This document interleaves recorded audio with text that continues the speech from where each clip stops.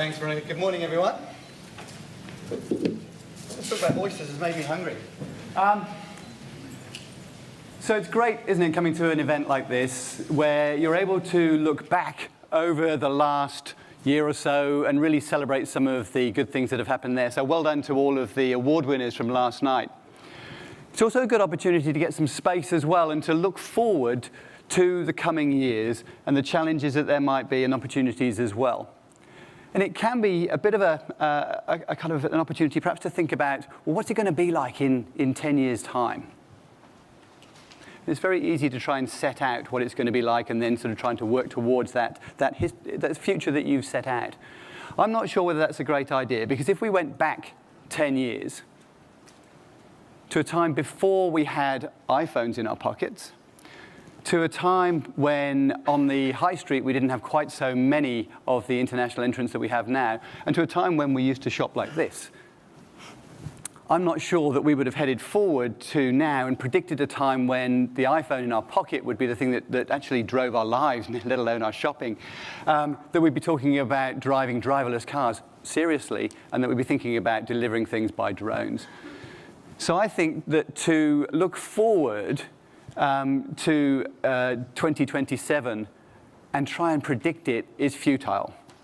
What we really need to do is to make sure that we're ready for it, to make sure that we've got an innovative and creative company that can ride over the bumps that might come along. So what I'm going to do today with you, if that's okay, I'm going to talk about innovation, give you a definition of innovation. I'm going to give you a way of measuring innovation. We're going to look at how the industries in this room are traveling at the moment on an innovation index. And what we're then going to look at doing is ways of upping our innovation capability if we feel that it's too low. Is that okay? Yep, good, okay. So, as I say, we need a definition of innovation, because otherwise what we end up doing is thinking that innovation is too hard. It's up here. It's the kind of thing that Apple does. It's Airbnb. It's the iPhone. We couldn't possibly do that, so we won't bother. The other thing we might do is to go, well, we change things all the time, so we must be innovating. So again, we won't bother. So we need a definition so that it really drives us to action. And the one we've chosen, we've stolen, in fact, from the OECD's Oslo Index. Oslo Manual. And the definition that they've got sort of meets us in the middle there. They define innovation as a new or significant improvement in one or more of product, process, marketing, or organizational structure. So a new or significant improvement in one or more of product, process, marketing, or organizational structure. So now we have a definition. We need to measure it, because as we all know, what gets measured gets done. And so at CommBank, we couldn't find a measure, so we made our own up. What we did was we took 15 different drivers of innovation across 8 different dimensions, and then packaged them together into 2 structures, I suppose. One managerial capability, the other entrepreneurial flair, and then we turned it into one CommBank index. And you can see that the index goes from -100 right up to +100. We're not going to bother today with the 0 down to -100. I don't think we're here to talk about organizations that are not innovating. We're going to go from 100, +100 down to 0. And we've divided up into quartiles. And up the top there, with disruptive innovation, that is where we've got the Apples of the world. That is where we've got the Airbnbs of the world. That's where we've got the Ubers of the world. But if we drop down one step, this is where we've got organizations that are innovating well across 3 or more of those dimensions that I talked about. So product, process, marketing, or organizational structure. And you'll see them, you'll know them, because they've got a culture of innovation. Everybody in the organization seems to be bringing forward creative ideas. Below that, at 25 up to 50, what we've got there is organizations that are innovating in 1, maybe 2 of those dimensions, but not across the whole lot. Not yet got a culture of innovation there yet. And then we drop below what I've called the innovation threshold at 25, 0 to 25. That's where we're improving. We're making changes, but not necessarily innovating. And to give an example of what that means, if you're adding new photos to your website, you're putting new fonts on there, you're rearranging the structure of it a little bit, that's an improvement. But if you're putting new functionality onto that website, maybe you're putting click and collect on there, then that's an innovation. So what would be interesting to know is, where are we on that metric? So I'm going to ask you all now to vote. So who in the room thinks that retail, to start with, we'll start with retail, that retail in Australia is at that disruptive innovation phase, right at the top there? Any hands up? No? One down here. Do you work for Google? No. What about from 50 to 75? Across the generality of retailers in Australia, we are innovating well. We have cultures of innovation in most of those organizations. Got a few? Okay, good. What about 25 up to 50? So innovating, but innovating across one or two of the structures. A few more, good. And what about 0 to 25? Improving. Okay, you're a more optimistic lot than most. So I think if I took the consensus in the room, or the average in the room, I'd say that most of us think that we're innovating, but just innovating across one or two of the structures. So let's see what that looks like. I feel like I need a drum roll for this particular bit. Thank you. Perfect. And you'll see that the room is pretty much right. We're at 26.2. So retailers in Australia are just across that threshold, innovating, but not innovating strongly. So what if we talk some of the rest of you in the room? Fisheries. Do you think fisheries is higher than this or less than this? Higher? Anyone think higher? Just a few of you. The rest of you think lower? Oh. Just a little bit higher. So what about hospitality? Do we think we're going to go higher in hospitality? Anyone? No, everybody's lower, okay. And you're right, but not much lower, and still just above the threshold. And what about wholesalers? Higher? 1, 2 of you? Just a little bit lower. So if we bring all of those together, you'll see that really the industries represented in this room, we're pretty much clustered around that threshold. Broadly, we are just moving into innovating rather than innovating well or disruptively innovating.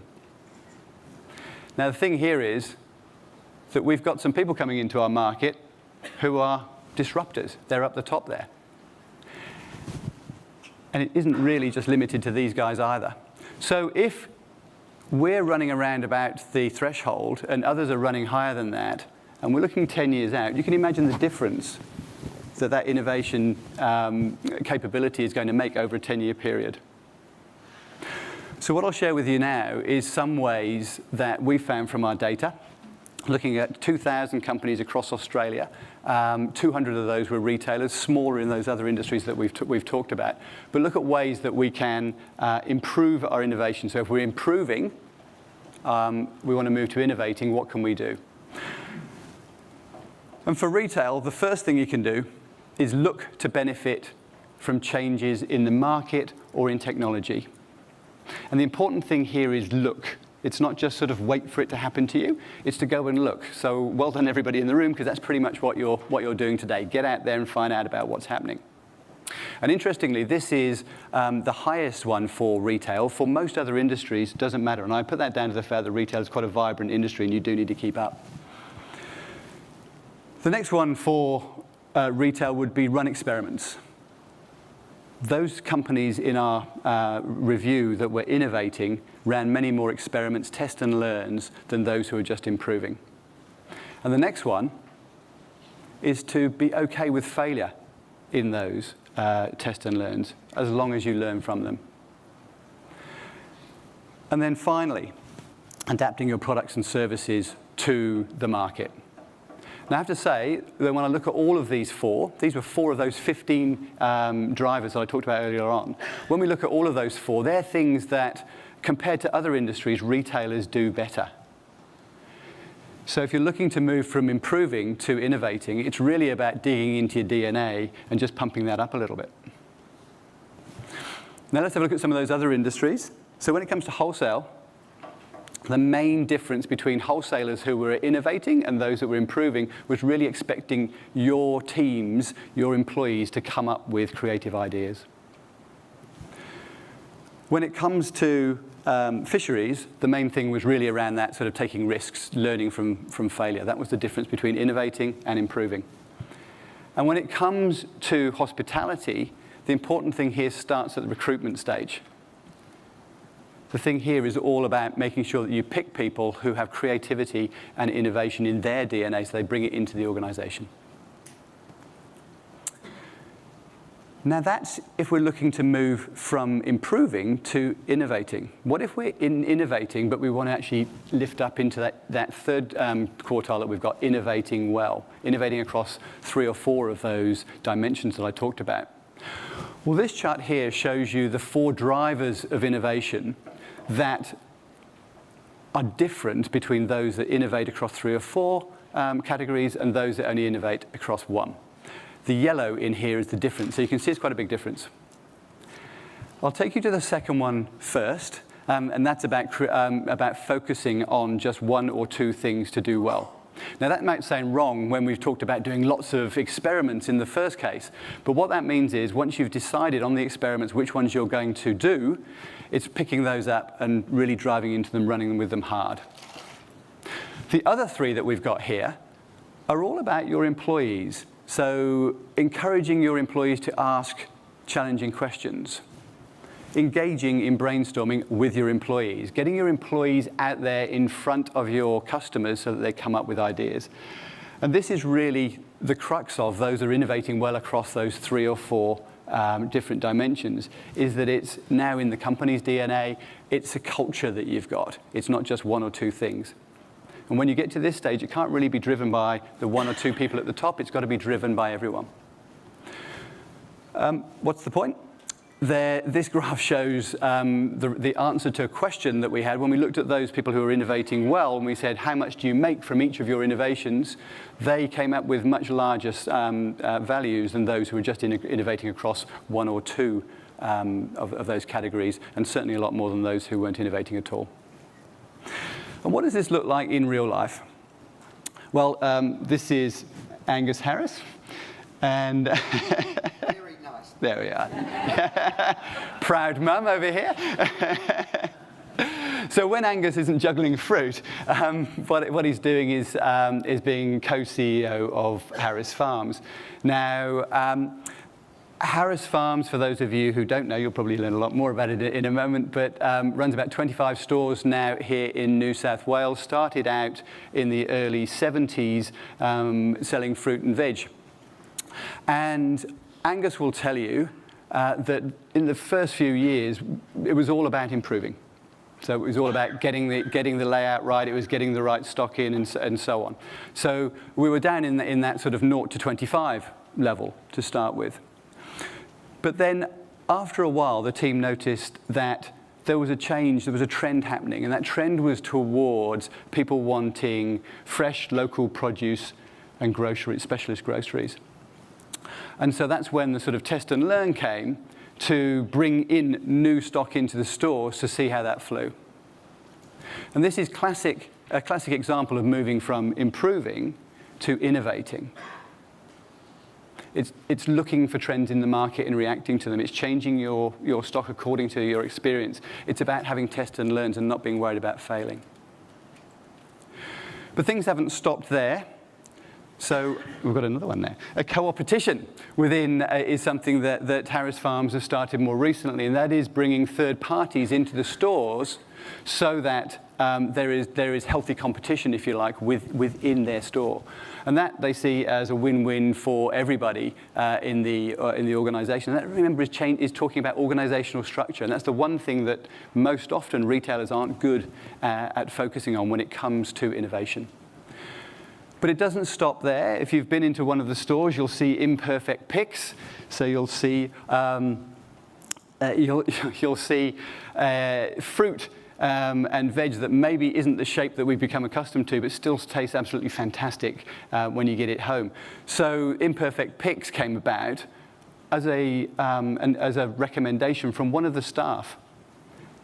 And it came about after a study tour to the States. So remember here then, we've gone from innovating to, from improving to innovating, and now we're talking about innovating well.